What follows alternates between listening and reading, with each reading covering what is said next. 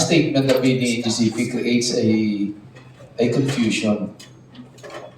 Na daw, confused ang DO kung sino bala ka nagda may problema. Gidman. Kung may problema, gidman. And the bottom line is, confusion on the part of our consumers, member consumer owners. Kung nataon natin social media, bisa na mo explain ang DO pagyapon na basol because of that statement probably of NGCP. And for that, I think I would like to ask NGCP to be man enough to admit kung kamo may sada rin so that we can be together as partners naman kita. No? Partners naman ng DU, NGCP, kag ang mga generators. So we work together as one, as a team, para mayan ang operation. So better siguro, I would like to appeal to NGCP. Abalgan and James, own it. You must own it. Kung imogin man sa larya, then do something to siguro the public deserves kang imo explanation. Truthful and right information. Kay kung may liso-liso ka pa, ambal ka ni, may generation. Pag Thursday, DU, Friday, generation. Pero hindi mo ma-pinpoint, hindi mo ma-disclose kung sino, gidman. So confused ang tanan kung anong iba lang tuon. Pero I think listening to the media coverage, ang komentaris naman, ano mo rin eh. They have this conclusion na ang may problema gidman ng NGCP. But just the same, others do not believe right there and then among man riya. Especially for those na kulang ang information, kaya lack of information.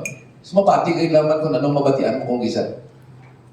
So I think NGCP deserves to explain kung hindi man enough to admit your fault, kung inyogin man.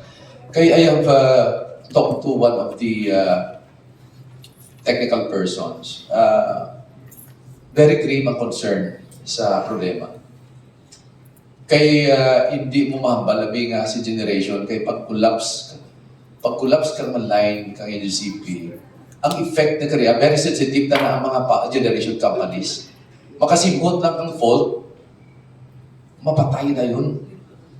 Because they wanted to protect that billion worth of investment kang plantan na, ano rabi karon kung pabayaan mo lang na may problema, gusto mo transfer ka mo, kamagaba planta mo. So very sensitive man ang planta. Kaya nga, ginaproteksyonan man nanda. Kaya pag-restart ang coal, taman kalawid. It takes several times. Time nga lawid ang timpo nga mag-restart. So hindi kita lagi ka-load outright because i-hit pa kang coal plant na planta.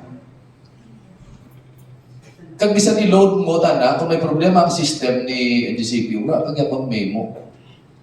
Especially nga kung may call gani to online ang generation, galing ang voltahe na napa o kung sobra, ang OU na bala, over-under voltage na.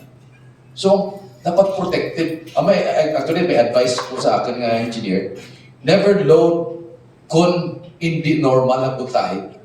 We don't want the appliances and equipment of our consumers ma-damage. Kitab ka naman na ba?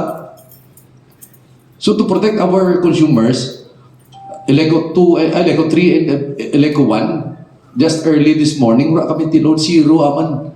Wala taman supply kuryente. And right now, I have this advice from our engineer. I think we have almost 60% ng load na nagbalik. But the question is, normal bala ang voltahe na nagadalagan? So, may advice na normalize. So, good news para sa tanan. And hopefully, may intervention na ginhimo sa DCP to make this situation, no, ma-solve siya situation. Kaya, necessity ang power. Wala, tinurugan ako, yaw, takagpay-pay ka po, kubi.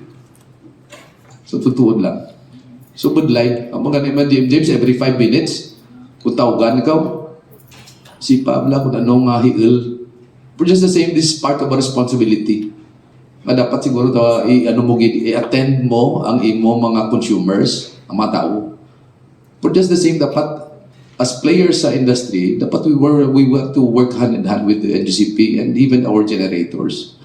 Actually, wala gani ginatawag ti tsansa man ng generators maghambal siya sa media, which they are very vital part of this operation. Hindi lang ang DU. Ang generation plays a very important role sa amo nga problema. Kahit ginabasol man sa namo. Do we get any statement from the generators? Wala, di ba? But they deserve to be heard. I think that explains siguro sa tanan na it's very basic for us, especially explain ni GM James ang operation kaya kung paano even elementary pupil pwede na maintindihan ang operation.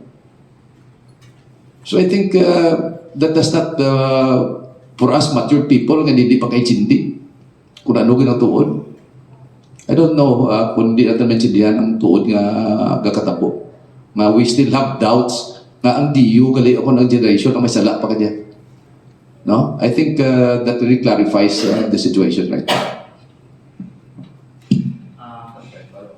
Follow-up lang po.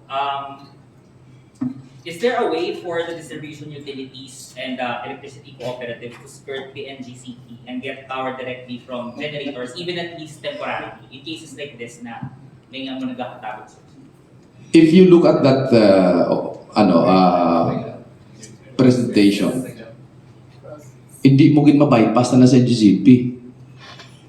Kay halin sa generation, maakita na sa transmission. So there's no way in the system na i-bypass mo ang NGCP. Urat sang sakit ya. But the thing is, may mahimo bala dapat sa NGCP nga sistema para ma-solve ya? May dyan. Pero ura pa mobra, hambur ganang bali GM James kaya nga dapat nakaloop. Actually, meaning nakaloop, dapat may nakaano balad. Kung sa atin sa LEC1, may ginatawag kami nga double circuit line.